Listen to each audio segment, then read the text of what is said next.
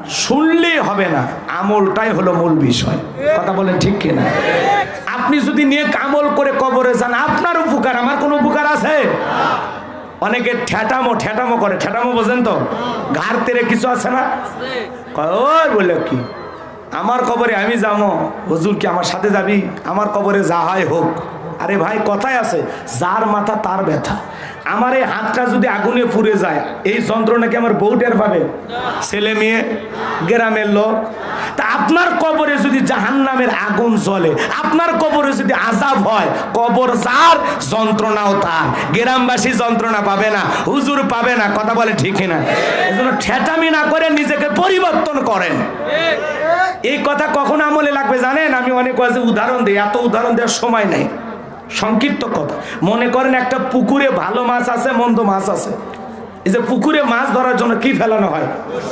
বড়শি চেনেন? এই যে বড়শিতে যেটাতে খাবার দেয় ওইটার নাম কি? হ্যাঁ, আল আল না টোপ না কি কোন আপনার?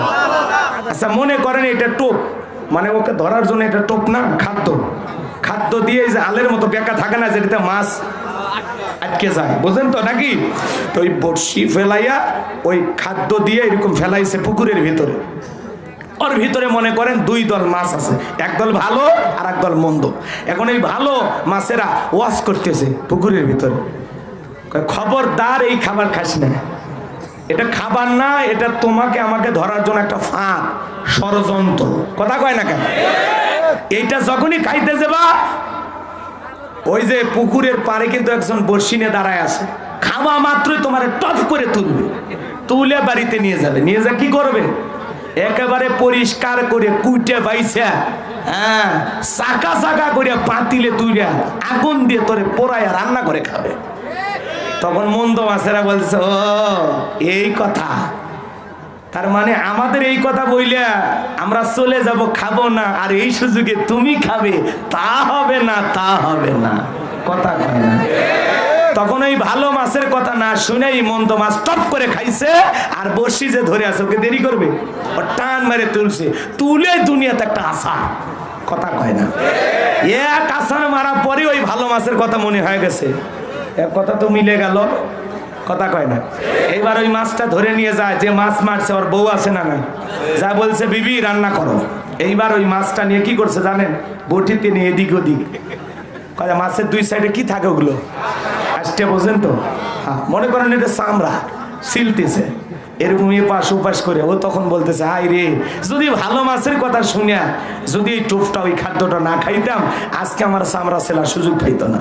এইবার চামড়া ছেলে পরে যখন টুকরো টুকরো কইরা, কথা বোঝেন নাই, ঝাল মশলা দিয়ে পাতিলে আগুন দিয়ে রান্না করা শুরু করে। মনে করেন উদাহরণ, কথা বোঝানোর জন্য বলছি, ওই মাছটা বলতেছে, একবার যদি এই পাতিল থেকে আবার পুকুরে যাওয়ার সুযোগ পাইতাম, আমি সমস্ত মন্দ মাছদের বলতাম, দেখ দুনিয়ার জমিনে গেলে কি হয়। তার মানে ভালো মাছেরা যা বলেছে ঠিক বলেছে, দেখ দুনিয়াতে যে আমাকে আছাড় মারছে, আমার চামড়া ছিলেছে, আমাকে টুকরো টুকরো করছে, আমাকে আগুন দিয়ে ফোড়াইয়া রান্না করছে, আমার চেহারা দেখে বোঝো না দুনিয়াটা কত ভয়ঙ্কর। কথা বোঝেন নাই?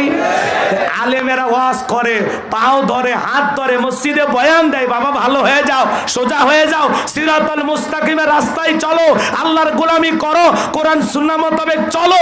আপনি ঘাড় বেঁকা করে কোন, তোর হুজুর অত ভালো পেশাল বাইরেন না তো। কথা কয় না? তো বুঝবেন তখন কবরের শাস্তি যখন আপনার দেহটাকে আক্রমণ করবে, আপনাকে গ্রাস করে ফেলবে, আপনি যখন জাহান্নামের আগুনে জ্বলবেন আর পড়বেন, তখন মনে হবে আলেমদের কথা। কি সুন্দর ওয়াজ করে হুজুর বলেছিল, বাবা নামাজ ছাড়িস না, বাবা আল্লাহওয়ালা হয়ে যা, বাবা রে ইমানদার হয়ে যা, গুনাহ করিস না, হে যুবক তওবা কর, আল্লাহওয়ালা হয়ে যা, হে যুবক ব্লু ফিল্ম দেখিস না, নোংরা পর্নোগ্রাফি দেখিস না, সারা রাত মোবাইলে ইমো মেসেঞ্জারে অযথা পরকীয়া প্রেম করে কোন নারীর সাথে আড্ডা দিস না। যদি রাত্রি জাগরণ করা লাগে, ওয়াল্লাযীনা ইয়াবিতুনা লিরাব্বিহিম সুজদান ওয়া কিয়ামা, রাত্রি জাগরণ করে আল্লাহকে সিজদা দে, আল্লাহকে সিজদা দে, আল্লাহর ভালোবাসায় দাঁড়িয়ে থাক। আল্লাহর ভালোবাসায় যদি রাত্রি জাগরণ করে সিজদা দিতে পারো, দণ্ডায়মান থাকতে পারো, আল্লাহর সাথে প্রেমটা যদি গভীর হয়, জীবনের সফলতা দুনিয়াতেও মিলবে মুক্তি, আখিরাতেও মিলবে মুক্তি। কিন্তু আলেমদের এই ভালো কথা ভালো লাগে তো টের পাবেন তখন যখন কবরে যাইবেন।